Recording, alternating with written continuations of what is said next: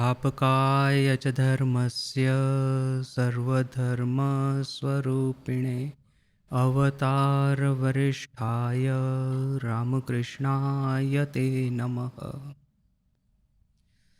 आज फिर से आगुमनी के ऊपर में क्लास करेंगे। आगुमनी के कुछ गान देखेंगे, उसके ऊपर में थोड़ी सी चर्चा करेंगे और माँ शारदा के जीवन के साथ में कहाँ पे ये मैचिंग हो रहा है, ये कुछ प्रसंग देखेंगे। तो सबसे पहले मैं लाली दी को रिक्वेस्ट करता हूँ, देवी स्तुति के साथ में प्रारंभ करें। ॐ नमश्चण्डिकावै ॐ मार्कण्डेय उवाच ॐ जलत्वं देवि चामुण्डे जय भूतापहारिणी जय सर्वगते देवी कालरात्रि नमोऽस्तुते जयन्ती मङ्गलाकाली भद्रकाली कपालिनी दुर्गा शिवा नमामि स्वाहा स्वधा नमोऽस्तुते मधुकैटभविध्वंसि दीर्घाद्रि वरदे नमः रूपं देहि जयं देहि यशो देहि दिशो जहि महिषासुरनिर्नाशि भक्तानां सुखदे नमः रूपं देहि जयं देहि यशो देहि दिशो जहि धूम्रनेत्रवती देवी धर्मकामार्थदायिनी रूपं देहि जयं देहि यशो देहि दिशो जहि रक्तबीजपते देवी चण्डमुण्डा विनाशिनी रूपं देहि जयं देहि यशो देहि दिशो जहि निशुम्भ शुम्भ निर्नाशि जयत्याशुभगे नमः रूपं देहि जयं देहि यशो देहि दिशो जहि वन्दिताङ्गी युगे देहि सर्वसौभाग्यदायिनी रूपं देहि जयं देहि यशो देहि दिशो जहि अचिन्त्यरूपचरिते सर्वशत्रुविनाशिनी रूपं देहि जयं देहि यशो देहि दिशो जहि नतेभ्यः सर्वदा भक्त्या चापरि दुरितापहि रूपं देहि जयं देहि यशो देहि दिशो जहि सुवर्गभ्यो भक्तिपूर्वं त्वां चण्डिके विनाशिनी रूपं देहि जयं देहि यशो देहि दिशो जहि चण्डिके सततं युद्धे जयन्ती पापनाशिनी रूपं देहि जयं देहि यशो देहि दिशो जहि देहि सौभाग्यम् आरोग्यं देहि देवि परं सुखं रूपं देहि जयं देहि यशो देहि दिशो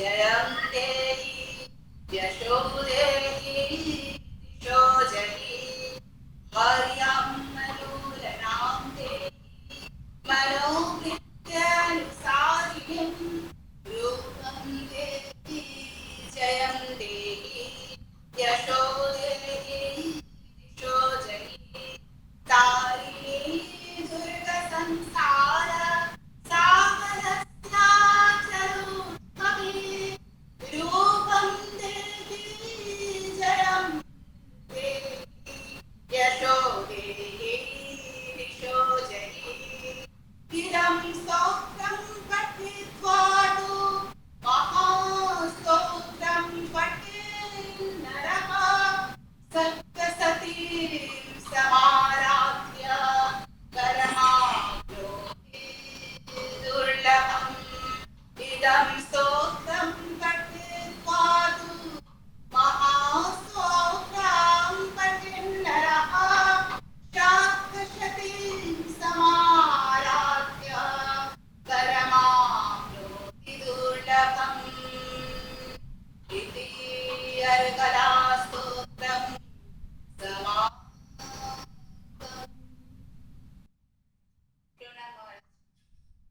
वाह, खूब भालो, खूब भालो, बहुत अच्छा।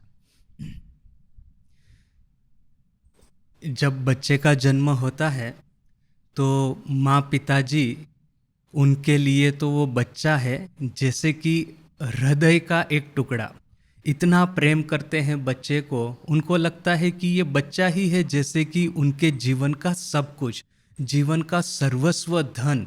और बच्चे की रक्षा करना, उसका लालन पालन करना, उसको लाड लड़ाना, उसको प्रेम करना, स्नेह करना, आदर करना, उसके लिए जो कुछ भी अच्छा है सब कुछ करना, यही सब कुछ जैसे कि माँ पिताजी का कर्तव्य हो जाता है।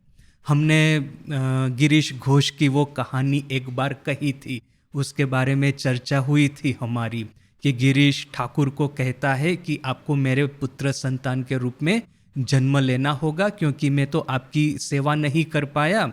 और ठाकुर बीमार थे, उस समय की ही बात है मोस्ट प्रोबेबली।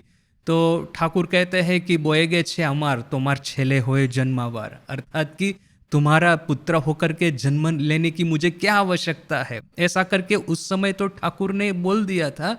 किंतु देखिए, माँ शारदा स्वयं ये कहानी हमको कहती है। वो कहती है कि ठाकुर की महासमाधि के बाद में गिरीश को सही में एक पुत्र संतान का जन्म हुआ, और वो देखने में इतना सुंदर था, और उसके जो व्यवहार, उसका जो बाल सहज क्रीड़ाएं थी वो इतनी सुमधुर थी। और गिरीश घोष जैसे उसको अपने प्राणों के सहित प्रेम करता था। उसके खाने के लिए सब नए बर्तन परचेस कर दिए थे, ये जो चांदी के ये जो बर्तन है, और उसके लिए नए वस्त्र। वो जिस बर्तन में खाएगा उस बर्तन में और कोई नहीं खाएगा, इतना प्रेम पूर्वक गिरीश उसको रखता था। किंतु बच्चे का था कि बच्चा बात नहीं करता था, पता नहीं क्यों। वो 2-3 साल का भी हो गया तब तक वो बात नहीं करता है। तो ठीक है, अभी नहीं करता है तो नहीं करता है, क्या करेंगे। किंतु गिरीश उसको जिस तरह से प्रेम करता था वो अद्भुत था, जिस तरह से उसकी सेवा करता था। एक दिन हुआ ऐसा कि माँ आई थी कलकत्ता, और गिरीश ने सोचा कि मैं जाकर के वहाँ पे दर्शन करने के लिए जाता हूँ, किंतु माँ के सामने नहीं जाऊँगा। हमको पता है ये बात, गिरीश को पता था कि उसके पाप नेत्र है, पाप नेत्र से माँ का दर्शन नहीं करना है, बोल करके माँ के सामने नहीं जाता था। किंतु अपने बच्चे को लेकर के गया। वहाँ पे तो सब साधु सन्यासी थे ही थे, माँ के सेवक सब लोग, तो उनके साथ में गप लगा रहा था। मीनवाइल बच्चे को किसी महाराज के हाथों भेज दिया, जाओ जाकर के माँ को प्रणाम करके इसको लेके आओ। अभी देखिए, ये बच्चा, वो महाराज जी उसको लेके जाते हैं, बच्चे को किसी ने कुछ सिखाया नहीं है, किंतु इसके बावजूद वो जाकर के बड़े ही भक्तिपूर्वक माँ के श्री चरणों में प्रणाम करता है। और फिर जब वो वापस आता है गिरीश के पास में, तब वो गिरीश का हाथ खींच करके माँ की ओर ले जाता है। तो गिरीश बार बार कहता है कि अरे भाई, मेरे पाप नेत्र है, पापी मेरा चरित्र हूँ मैं, पापी हूँ, मैं किस मुंह लेकर के, किस दृष्टि से, मैं किस किस तरह मैं माँ के सामने जाऊं। किंतु बच्चा छोड़ ही नहीं रहा है, गिरीश को खींच रहा है और माँ जहाँ पे जिस कमरे में थी वहाँ की ओर इशारा कर रहा है। तो आखिर में गिरीश से रहा नहीं गया, रोते रोते बच्चे के पीछे पीछे गया और जाकर के माँ के सामने साष्टांग दंडवत करके कहता है कि माँ, ये पहली बार मुझे आपका दर्शन करने का सौभाग्य मिला, और वो भी मेरे पुत्र संतान की वजह से। मैं अपने से तो आपके सामने कभी आता ही नहीं। ऐसा बोल करके गिरीश ने प्रथम वो माँ का दर्शन किया था। तो यहाँ पे देखिए, ये पूरी कहानी माँ स्वयं कहती है, और फिर माँ कहती भी है कि इस घटना के कुछ ही समय के बाद में उस पुत्र संतान का देहांत भी हो गया। तो माँ कहती है कि पता नहीं कि ठाकुर स्वयं आए थे कि नहीं, किसको पता। ये तो भक्त की आदर है, भक्त के आदर, भक्त का मान की रक्षा करने के लिए हो सकता है ठाकुर स्वयं आए भी हो।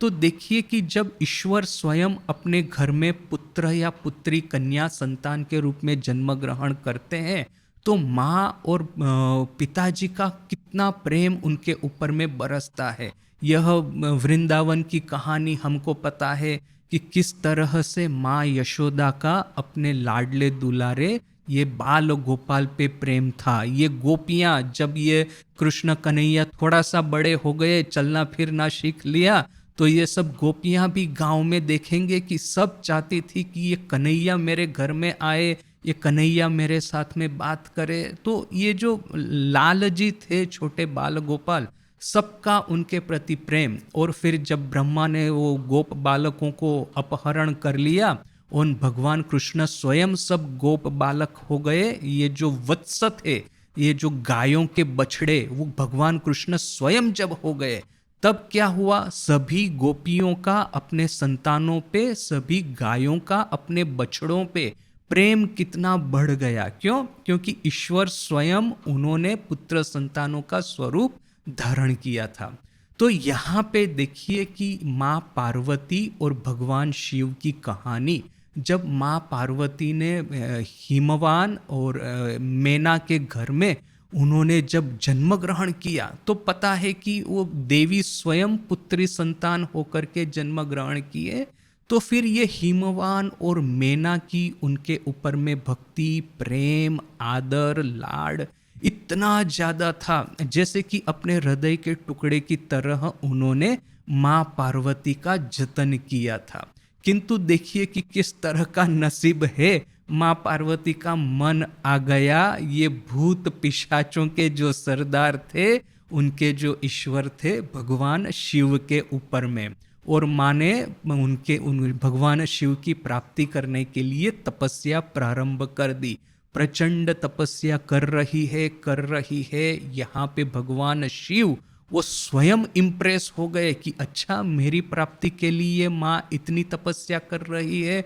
तो फिर उनकी परीक्षा करने के लिए भगवान शिव एक ब्राह्मण का वेश सज करके आए और माँ पार्वती को जाकर के, उनके सामने जाकर के भगवान शिव की निंदा करना, अपने खुद की निंदा करना शुरू कर दिया कि आपको पता नहीं है कि वो स्मशान में रहते हैं, भस्म लगाते हैं, भूत पिशाच उनके सहचर है, वगैरह वगैरह। आप तो इतने लाड प्रेम में बड़ी हुई है, इतना आपको सम्मान मिला है, अपने जीवन में प्रेम मिला है, आदर मिला है, किस तरह से आप भगवान शिव के साथ में रह पाएगी।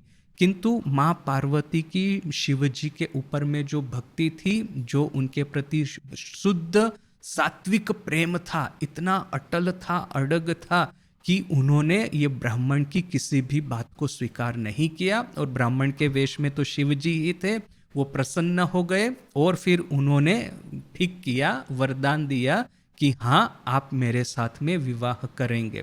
तो अभी देखिए कि जब ये विवाह की बात ये हिमवान और मैना को पता चली, माँ पार्वती के माँ और पिताजी को, पहले तो वे लोग खुशी ही हुए, चलो कि अपनी लाडली कन्या को उसकी इच्छा के अनुसार वर मिला। किंतु फिर भगवान शिव अपनी बारात लेकर के जब विवाह के लिए आए, तो वो जो दृश्य था, वो सब भूत पिशाच यहाँ पे किस तरह के वो सब लोग थे ये जो देख करके वो बेचारे और भी डर गए कि अरे ये किसके साथ में मैं अपनी पुत्री का, इतनी लाडली पुत्री का विवाह करवाने को जा रहे हैं। जटाजूटधारी है, शरीर पे भस्म लगाए हैं, व्याघ्र चर्म धारण किए हैं, भूत प्रेश विषा पिशाच बेताल योगी किन्नर गण गंधर्व वगैरह सब बाराती थे।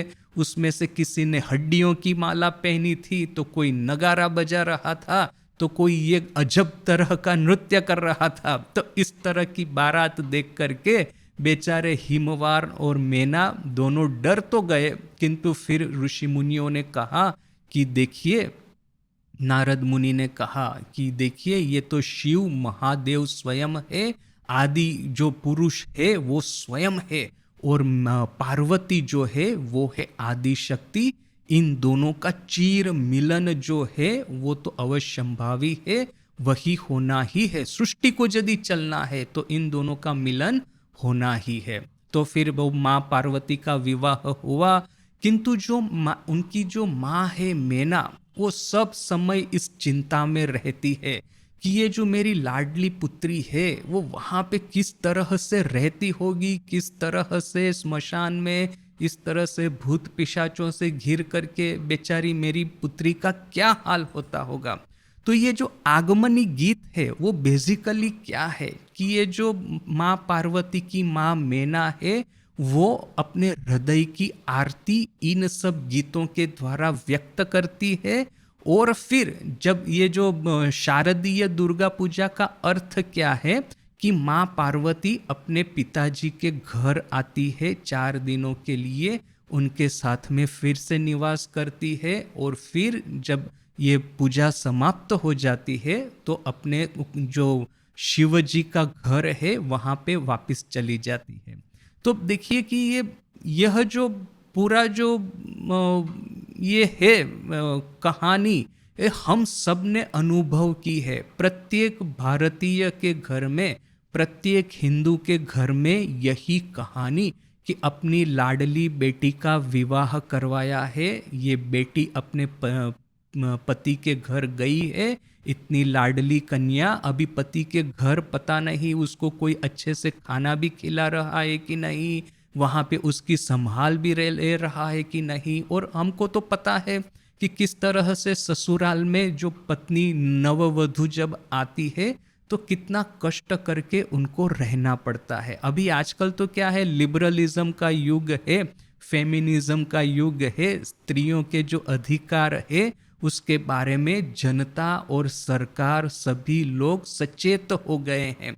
किंतु वो एक युग था कि जब नववधु घर में आती है तो सब तरह की तपस्या उनको करनी पड़ती थी। जो ठाकुर की एक फेमस कहानी कि जब वो एक घर में सास है अर्थात की मदर इन लॉ, वो क्या करती है, जो उनकी 2-3 पुत्र वधुएं थी, जो उनको खाने में राइस जो है, भात जो है थोड़ा सा कम करके देती थी।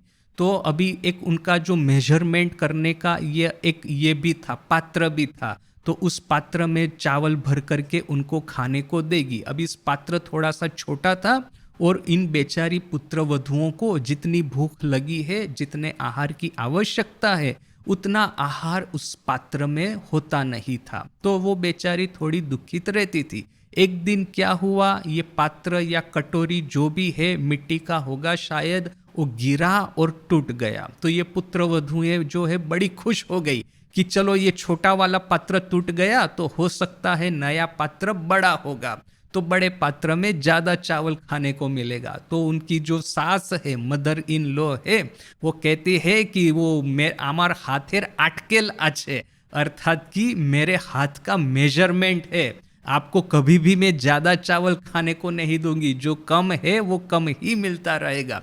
ये कहानी ठाकुर स्वयं कहते हैं। माँ के जीवन में देखिए कि माँ के पास में एक बड़ा ही सुंदर आसन था। अभी जहाँ तक मुझे याद है कि निवेदिता ने ही माँ को वो आसन दिया था। तो एक दिन ये कहानी माँ के एक त्यागी संतान ने लिखी है, मोस्ट प्रोबेबली वरदा महाराज। तो ये महाराज जी जाकर के देखते हैं महाराज माँ के ये सेवक संतान, देखा कि माँ एक कैंची लेकर के ये जो आसन है उसके दो टुकड़े कर रही है। तो वो जो कैंची से नहीं, वो बंटी जो होती है ना, वो सब्जी काटने वाली, उसके ऊपर में ये आसन रख करके उसके दो टुकड़े करने का प्रयास कर रही है। तो ये त्यागी संतान जैसे ही गया, उसने देखा कि अरे माँ इतने सुंदर आसन का दो टुकड़े कर रही है। तो उन्होंने पूछा, अरे माँ क्या कर रही हो? तो माँ जैसे कि एकदम घबरा गई।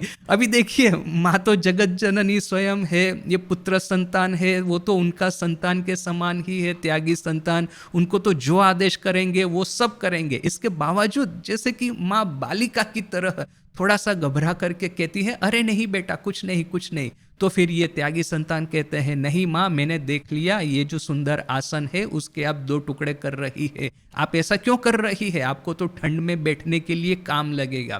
तब माँ जैसे कि बिल्कुल एक बालिका के भाव में आकर के, जगत जननी स्वयं एक बालिका के भाव में आकर के अपने ही पुत्र संतान को समझा रही है कि देखो बेटा, ये नलिनी है, ये राधु है, जब अपने ससुराल जाती है तो बेचारियों को किस तरह से वहाँ पे ट्रीटमेंट मिलती होगी, उनकी कोई संभाल भी लेता होगा कि नहीं लेता होगा, उनको बैठने के लिए आसन भी मिलता होगा कि नहीं मिलता होगा, किसको पता। इसलिए मेरे पास में यह जो आसन है उसके मैं टुकड़े कर रही हूँ।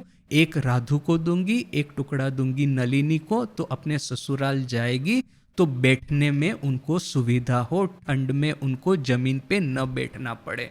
तो ये जो त्यागी संतान थे वो तो अवाक ही हो गए कि माँ अपने खुद की कुछ भी फिक्र किए बिना, अपने खुद की ये जो नीड्स एंड नेसेसिटीज है उसकी कोई भी चिंता किए बिना इतना सुंदर आसन, इसके टुकड़े कर करके, ये दो अपनी पुत्रियां भी नहीं है उसके बावजूद उनको दे रही है। तो देखिए कि ये माँ का हृदय है, हमेशा अपनी कन्या के लिए रोता है। तो आगमनी गीत जो है वो वही गीत है, एक के बाद एक आप देखेंगे कि माँ के हृदय की व्यथा को वो व्यक्त करते हैं, इतना सुंदर रूप से व्यक्त करते हैं। जैसे कि अभी ये गीत है 4 नंबर का गीत, जाओ जाओ गिरी आनीते गौरी। यहाँ पे माँ मैना जो है वो अपने पति देव है उनको कहती है कि जाइए, अपनी जो सुपुत्री है, अपनी कन्या है, कुछ दिन के लिए अपने घर पे लेके आइए, क्योंकि मैंने एक दुस्वप्न देखा है। तो ये गीत जो है, पहले तो मैं लाली दी को रिक्वेस्ट करूंगा कि ये जो 4 नंबर का गीत है उसको गाए एक बार, और फिर हम उसके ऊपर में थोड़ा सा चिंतन करते हैं।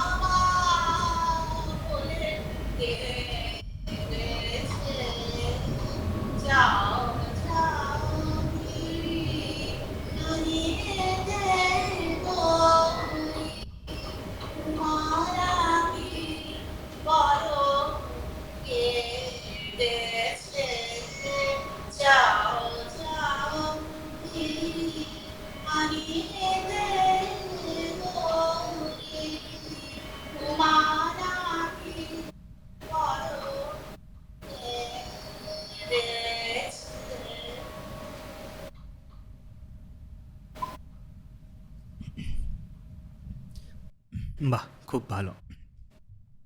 तो देखिए ये कितना सुंदर गान है।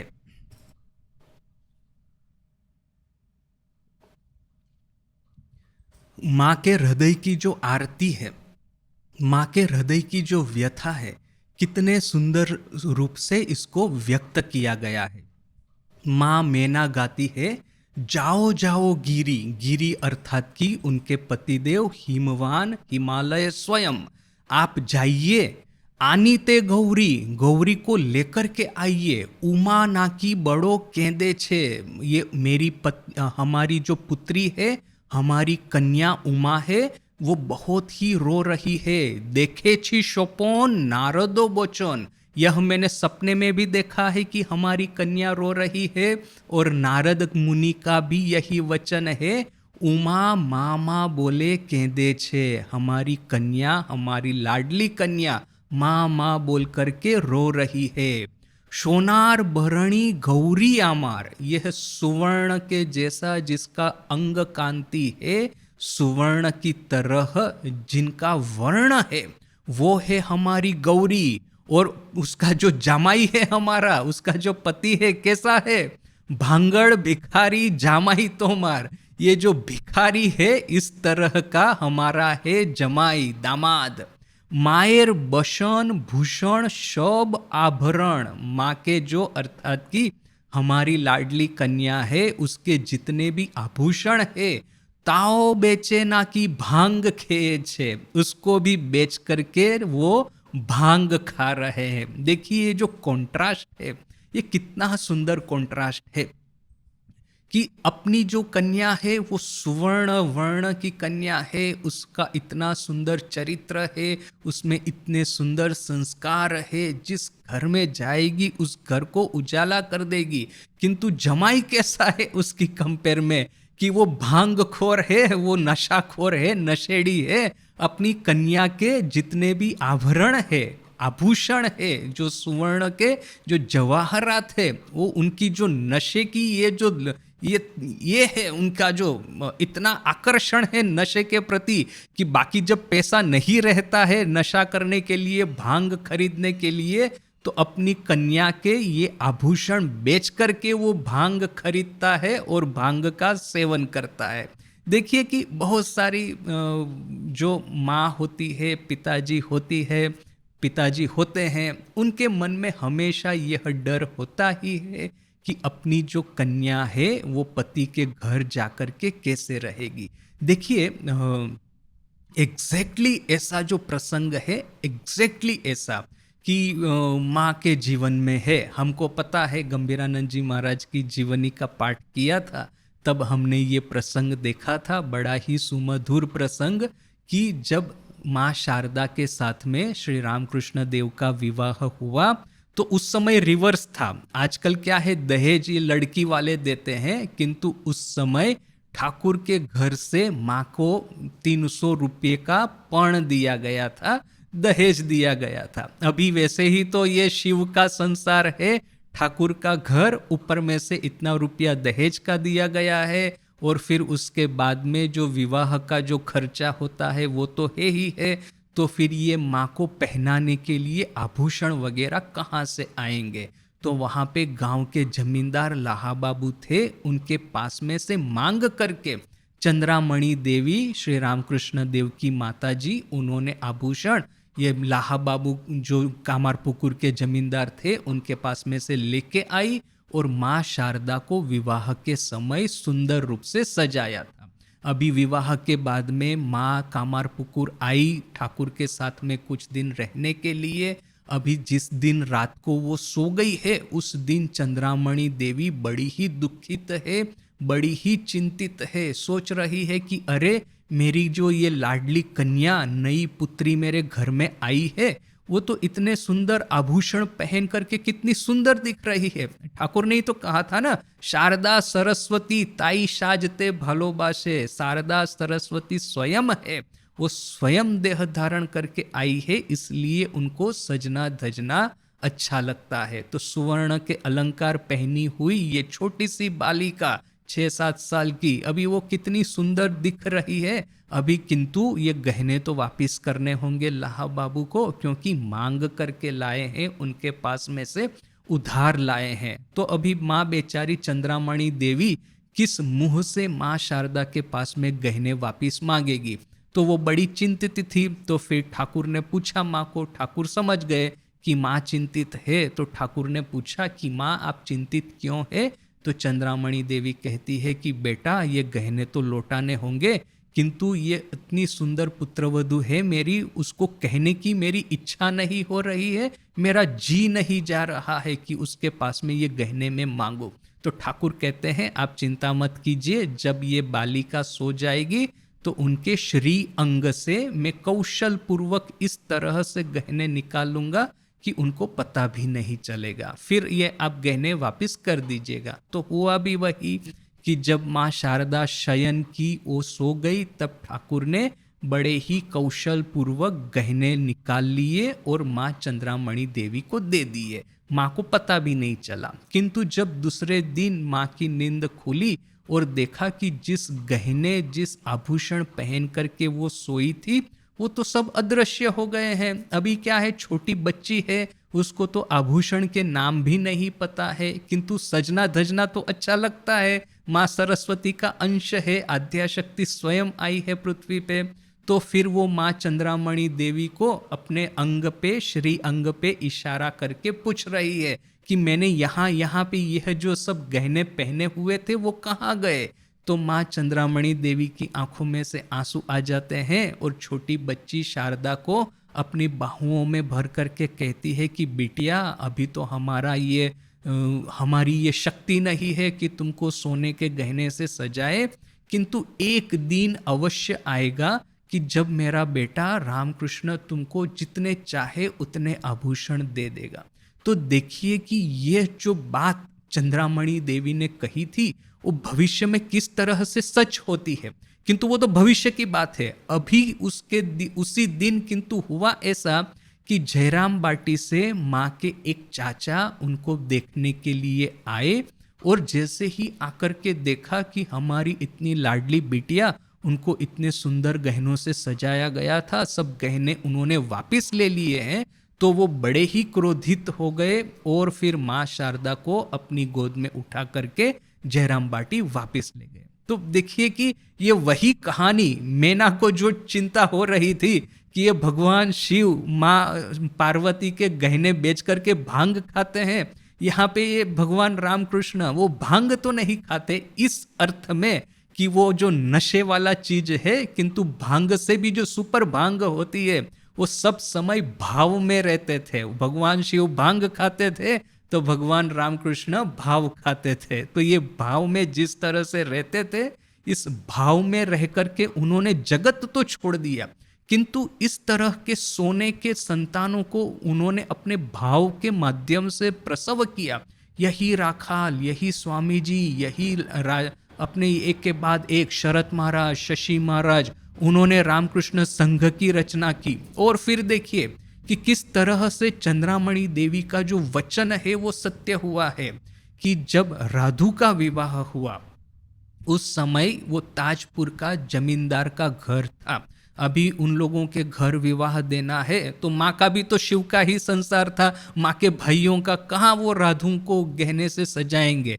किंतु बाय दैट टाइम माँ के पीछे में समग्र रामकृष्ण मिशन खड़ा था, और फिर कलकत्ता के भक्तों ने इतने सारे गहने लाए वहाँ पे जयराम बाटी में और राधु को सजाया कि जो कि त्यागी संतान माँ के ये कहानी लिखते हैं, वो कहते हैं कि राधु ने इतने सारे गहने पहने थे, सर के ऊपर में सोने का मुकुट पहना था, सोने के इतने सारे गहने थे कि राधु को बेचारी को चलने में तकलीफ हो रही थी, इतने सोने के गहने उसको पहनाए गए थे। तो देखिए कि वही जो अपनी जो चंद्रामणि देवी की ये जो प्रॉमिस था वो किस तरह से इस तरह से फुलफिल होता है।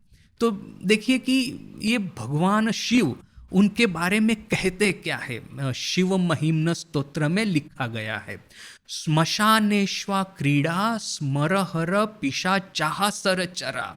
स्मशान में क्रीड़ा करते हैं, पिशाच है उनके सहचर, चिता भस्मा लेपह त्रगपि नुकरोटी परिकरह।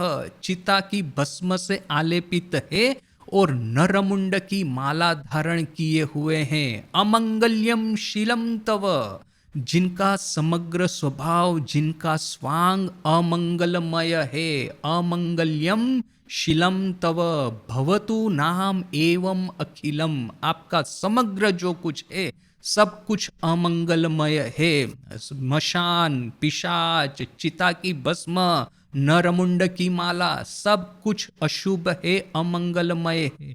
किंतु तथापि स्मर्तृणाम वरद परमम मंगलमसी, जो लोग आपकी स्मरण करते हैं उनके लिए आप परम मंगलमय है। तो यह जो ड्यूअल नेचर है भगवान शिव का, वैसा ही ड्यूअल नेचर है भगवान रामकृष्ण का। घर में खाने के लिए कुछ नहीं है, किंतु इस तरह से अपने संतानों को आशीर्वाद देते हैं। देखिए आज का रामकृष्ण मिशन, आज के ठाकुर के गृहस्थ भक्त, सब लोगों के घर में खाने पीने का कोई अभाव नहीं है। तो यह कि एक ओर तो है माँ की ये पीड़ा, और दूसरी ओर है कि यह वास्तविकता, इस तरह की वास्तविकता कि जिसको हम पहली नजर से नहीं समझ पाते, जैसे जैसे उनको स्मरण करते जाएंगे वैसे ही उनका जो दूसरा स्वरूप है वो प्रकट होगा। तो देखिए ये जो 3 नंबर का गीत है, एबार आमार उमा एले, यह गीत में भी इसी तरह का एक भाव व्यक्त किया गया है। माँ मैना वो सोचती है कि इस बार जब मेरी पुत्री घर वापस आएगी तो फिर मैं उसको फिर से उसके मेरे जमाई के घर वापस नहीं भेजूंगी। तो ये तीसरा गीत मैं रिक्वेस्ट करता हूँ कि उसको भी गाया जाए।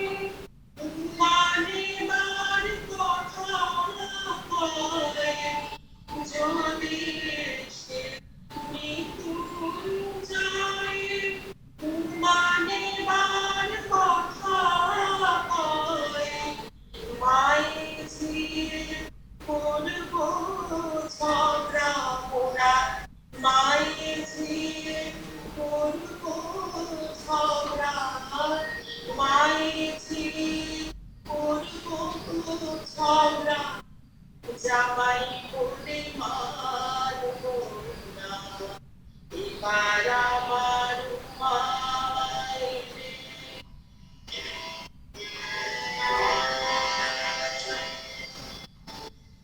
দ্বিজোড়া প্রসাদ পায় এই দুঃখ কি প্রাণে সয় দ্বিজোড়া প্রসাদ পায় এই দুঃখ কি প্রাণে সয় শ্মশানে মা শানে কেড়ে শিব শ্মশানে মা শানে কেড়ে শিব শ্মশানে মা শানে কেড়ে ঘরে ভাবনা থাকে না এবার আমার মায়েরে আর তোমায় পাঠাবো না এবার আমার মায়েরে আর তোমায়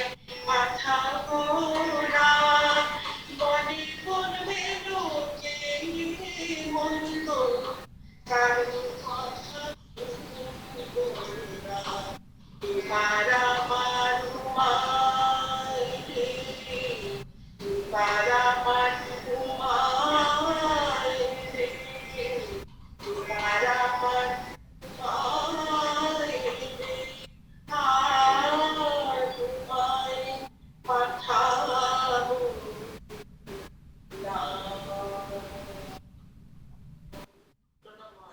বাহ, খুব ভালো মহাশ্বেতাদি, খুব ভালো। देखिए कि এবার আমার उमा एले आर उमाय पाठाबो ना, इस बार जब मेरी कन्या उमा घर वापस आएगी, मायके वापस आएगी, तो फिर उसके ससुराल उसको मैं नहीं भेजूंगी। ये मैना है, माँ पार्वती की माँ इस गीत को गा रही है। बोले बोलबे लोके मंदो कारो कथा सुनबो ना। अभी ये विवाहिता कन्या है, मायके रख दिया है उसको अपनी माँ के घर में, पिताजी के घर में, तो लोग तो निंदा करेंगे ही कि उसको तो पति के घर जाना चाहिए, माँ पिताजी के घर क्या कर रही है। तो करने दो लोगों को निंदा, मैं किसी की बात नहीं सुनूंगी।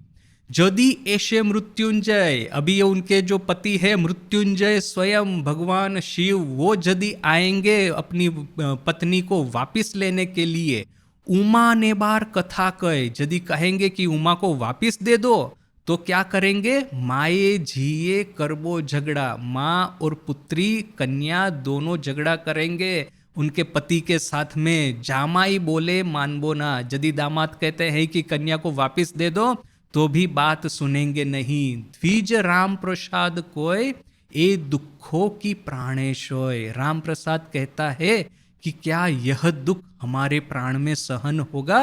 जामाई श्मशाने मोशाने फिरे घरेर भावना भावे ना। बेचारी मेरी पुत्री की क्या हालत है, ये जामाई है, दामाद है, वो सब समय श्मशान फशान में घूमता रहता है और घर की तो चिंता करता नहीं है। इस बार मेरी उमा आएगी, श्मशाने फिरे घरेर भावना भावे नाम, कि वो श्मशान फशान में घूमता रहता है और घर की चिंता नहीं करता है। तो देखिए कि यह एक माँ के हृदय में इस तरह का जमाई प्राप्त होने से, दामाद प्राप्त होने से ये हाल है।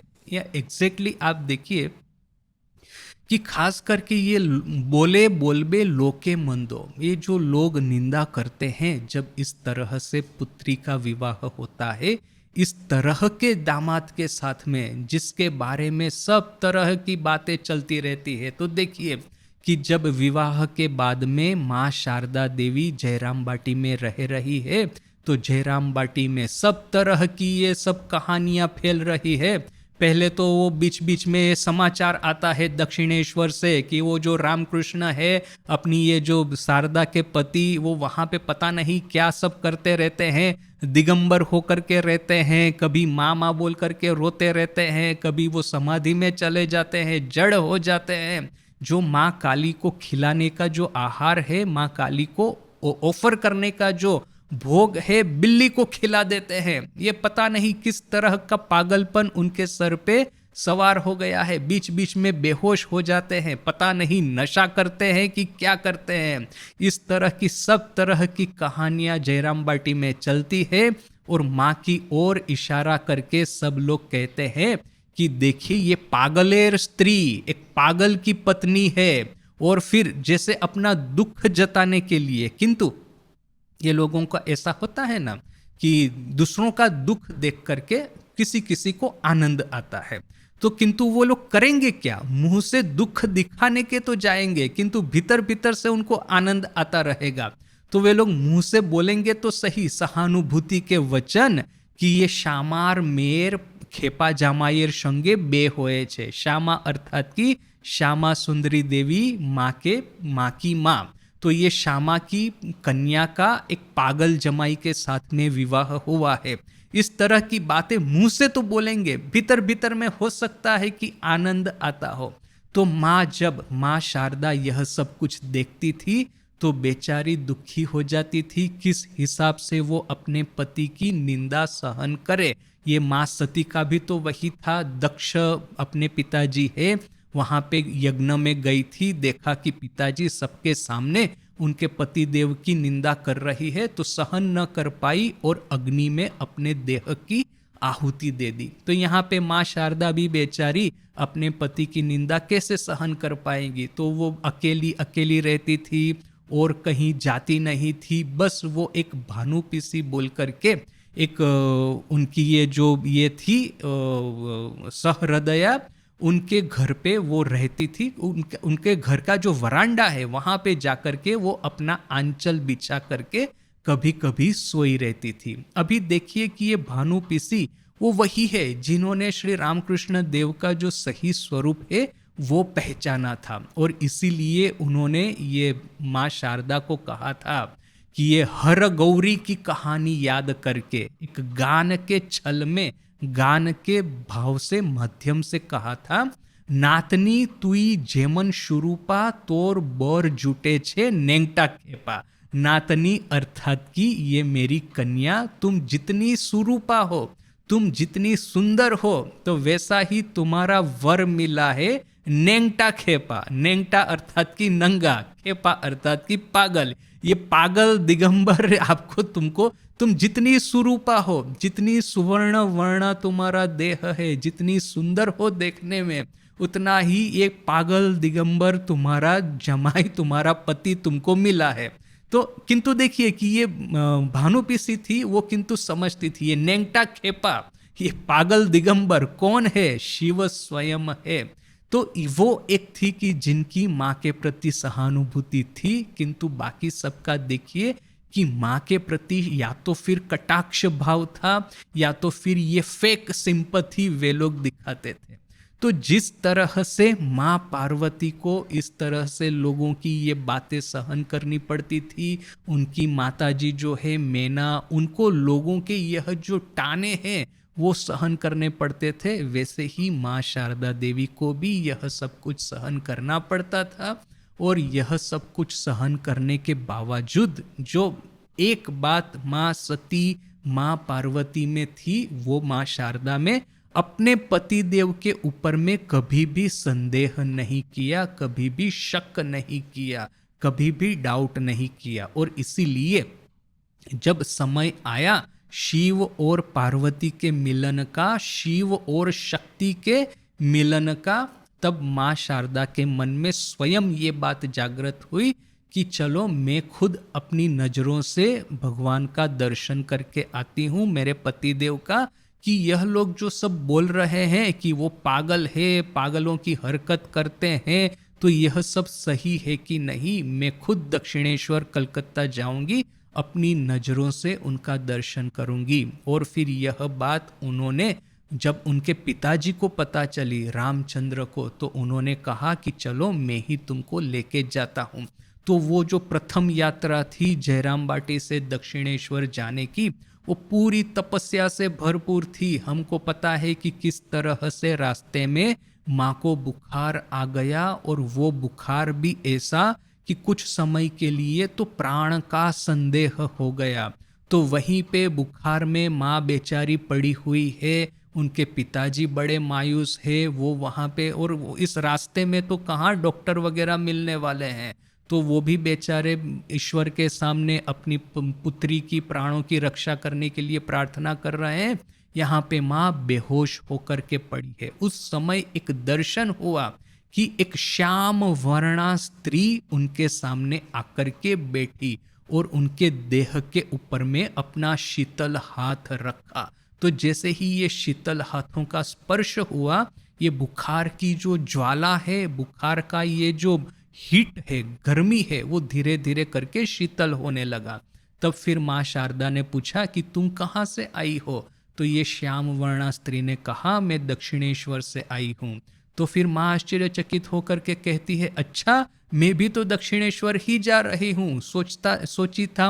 मैंने सोचा था कि वहाँ पे जाऊंगी, अपनी आँखों से, अपने चक्षुओं से उनका दर्शन करूंगी, अपने हाथों से उनकी सेवा करूंगी, किंतु कहाँ, अभी जो परिस्थिति है मुझे नहीं लगता कि मैं वहाँ पे जा पाऊंगी। तो फिर ये श्याम वर्णा स्त्री क्या कहती है, तुम अवश्य वहाँ पे जाओगी, और तुम्हारे लिए ही तो मैंने उनको वहाँ पे अटका करके रखा है। तो देखिए वो स्त्री कौन थी, और कोई नहीं, भवतारिणी काली स्वयं, जिनकी आराधना भगवान रामकृष्ण देव किया करते थे।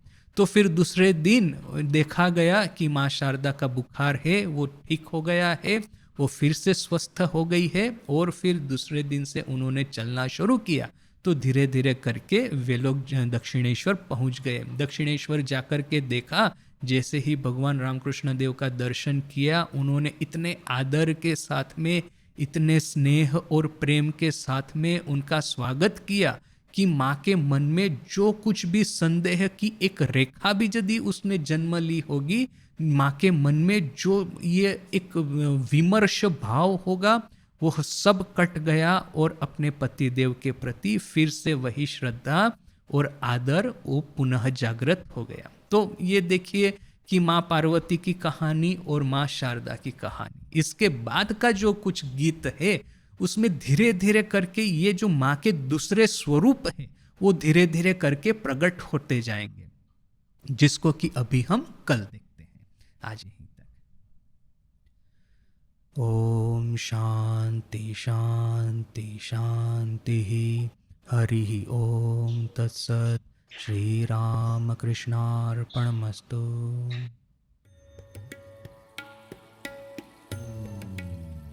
हम लोगों का तो सब कुछ आखिर में माँ के साथ में ही तो जुड़ा है ना।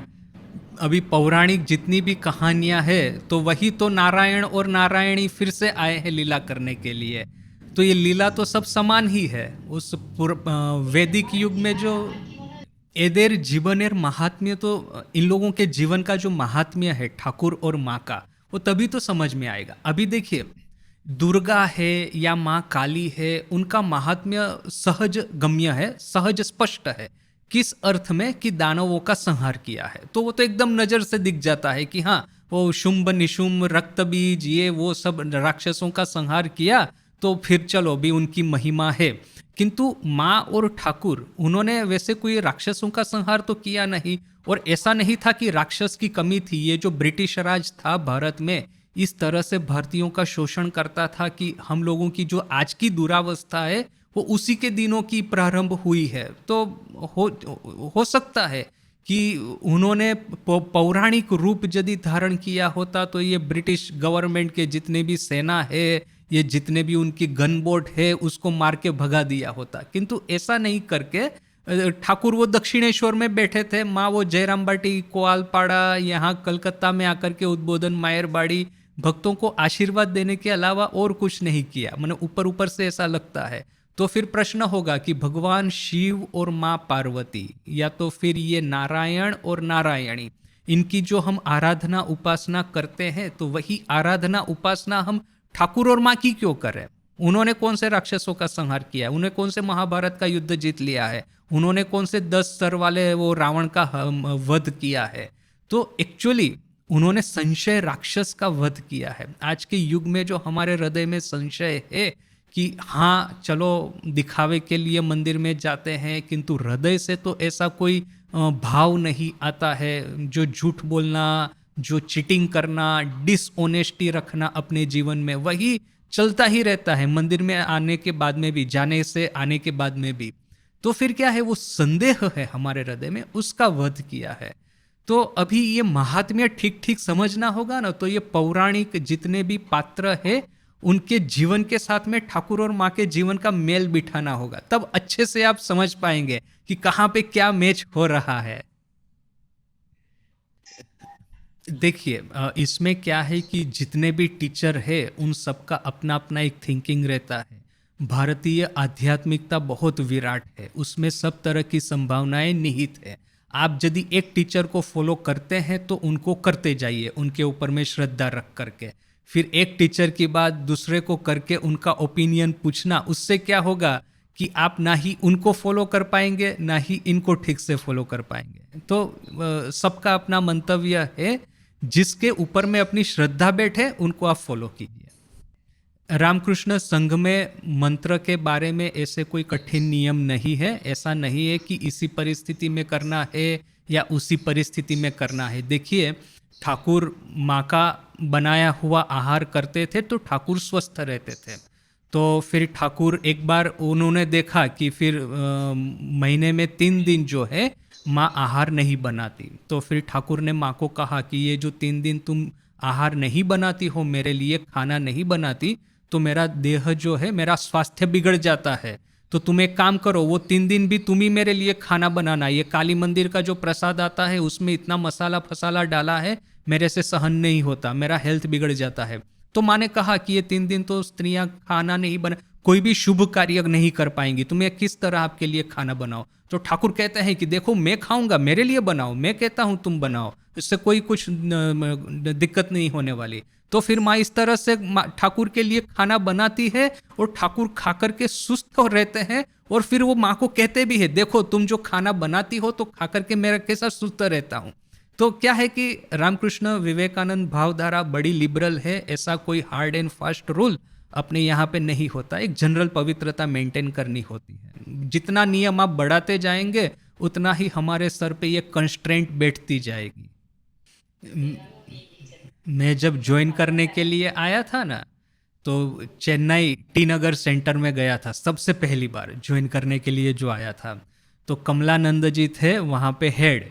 तो अभी मैं उनको पहचानता नहीं था, तो किंतु वहाँ पे और एक दूसरे महाराज थे, तो उनका नाम किसी ने मुझे दिया था, कहा कि तुम जाकर के उनसे बात करना। तो अभी ये खाने का समय हो गया था, खाना शायद चल रहा था। तो जिन महाराज को मैं मिलने के लिए गया था वो खाना खा रहे थे। तो मैं, किसी ने कहा कि तुम यहाँ पे थोड़ा वेट करो, अभी ये लोग आते हैं। तो मैं वहाँ पे वेट कर रहा हूँ ऑफिस में। तो दूसरे एक महाराज आए, तो मैंने उनको प्रणाम किया, देखा काफ़ी सीनियर है। तो मैंने कहा आप वही महाराज है क्या जिनको मैं मिलने के लिए आया हूँ? तो वो कहते हैं नहीं नहीं, वो अभी आ रहे हैं, तो ठीक है, थोड़ा बैठो, थोड़ा वेट करो। फिर उन्होंने मेरे साथ में बात करना शुरू किया। अभी मुझे ये नहीं पता था कि वो उस आश्रम के हेड थे कमलानंद जी। तो अभी कमलानंद जी मुझे बताए बिना कि वो कौन है मेरे साथ में बात कर रहे हैं, पूछ रहे हैं कहाँ से आया हूँ, क्या कर रहा हूँ, वगैरह वगैरह। तो एक प्रश्न मुझे पूछा कि तुम्हारी मदर टंग क्या है। अभी मैं तो चेन्नई में था, हम लोग इंग्लिश में बात कर रहे हैं। तो मुझे पूछा तुम्हारी मातृभाषा क्या है, what is your mother tongue? तो मैंने कहा गुजराती। तो उन्होंने कहा कि, तो उन्होंने थोड़ा सोचा, फिर मुझे पूछा अच्छा तुम्हारी माँ कौन है? तो अभी इसका प्रश्न तो मैंने कहा माँ शारदा, मैं तो ज्वाइन करने के लिए आया हूँ, साधु होने को आया हूँ। तो एकदम स्पष्ट उत्तर होना चाहिए, माँ शारदा, वही तो अभी तो हमारी माँ है। घर की माँ जो थी उनके साथ में जो संबंध था, जिस दिन आप ज्वाइन करने को आए तभी से तो सब संबंध समाप्त हो जाना चाहिए। तो जैसे ही मैंने कहा माँ शारदा, तो मुझे सामने पूछते हैं तो अच्छा अभी बताओ तुम्हारी मातृभाषा कौन सी हुई? तो मैंने कहा बंगाली। वो हंसने लगे, बोला कि तुम बंगाली सीखना शुरू कर दो। तो देखिए कि तभी से मैं प्रयास कर रहा हूँ बंगाली जितना हो सके इतना सीखने का।